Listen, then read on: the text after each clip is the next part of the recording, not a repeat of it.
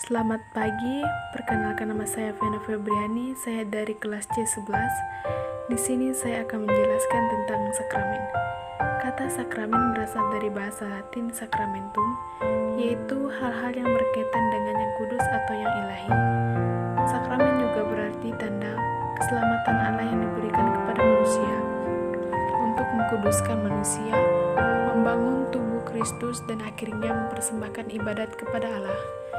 Karena sakramen sebagai tanda sarana keselamatan, maka menerima dan memahami sakramen hendaknya ditempatkan dalam rangka iman dan didasarkan kepada iman.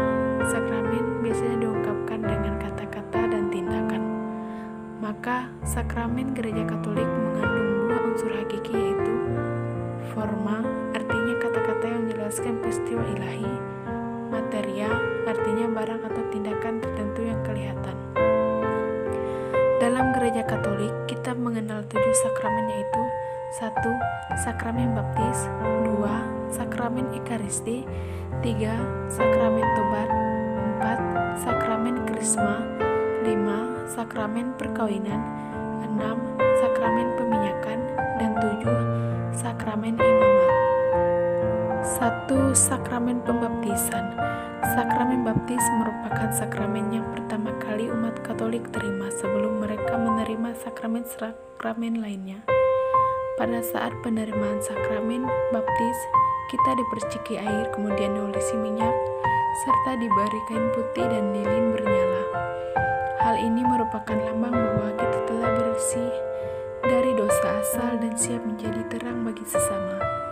Dengan menerima sakramen baptis, kita telah diangkat menjadi anak Allah dan digabungkan dengan gereja yang menjadikan kita anggota tubuh Kristus serta siap diutus untuk berbuat baik kepada semua orang.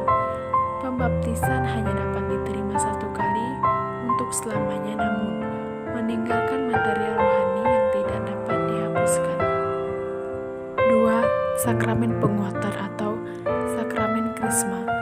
Di dalam sakramen Krisma, umat Gereja Katolik menerima kepenuhan Roh Kudus yang menjadi umat menjadi lebih dewasa secara rohani dan menjadikannya saksi-saksi Kristus yang memiliki tanggung jawab yang besar. Seperti halnya dengan sakramen baptis, sakramen Krisma yang dapat diterima sekali seumur hidup bagi semua orang. 3. Sakramen Ekaristi. Kristus mengasihi gerejanya tanpa batas dengan memberikan tubuh dan darahnya kepada setiap anggota keluarganya di dalam perjamuan Ekaristi. Ekaristi merupakan penyempurnaan dari perjamuan Paskah Perjanjian Lama yang ditandai dengan kurban anak domba yang membebaskan orang-orang Israel dari maut. Dalam Ekaristi, Kristuslah anak domba Allah yang menjadi kurban untuk menghapus dosa-dosa kita, dan karena itu kita memasuki perjanjian baru yang membebaskan kita dari kematian kekal. 4. Sakramen pengakuan dosa atau tobat.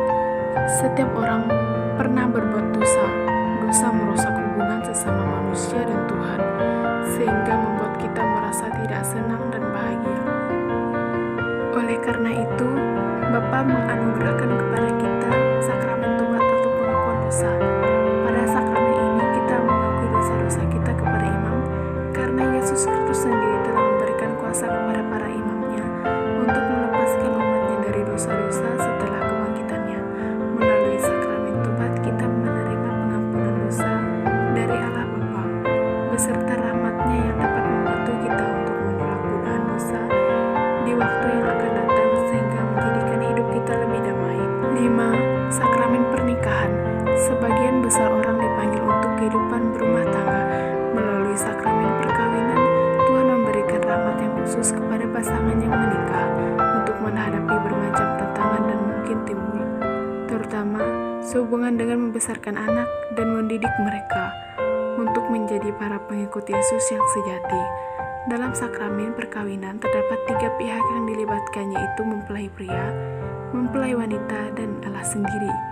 Ketika kedua mempelai menerima sakramen perkawinan, Tuhan berada di tengah mereka, menjadi saksi dan memberkati mereka. Allah menjadi saksi melalui perantaraan imam atau diakon yang berdiri sebagai saksi dari pihak gereja.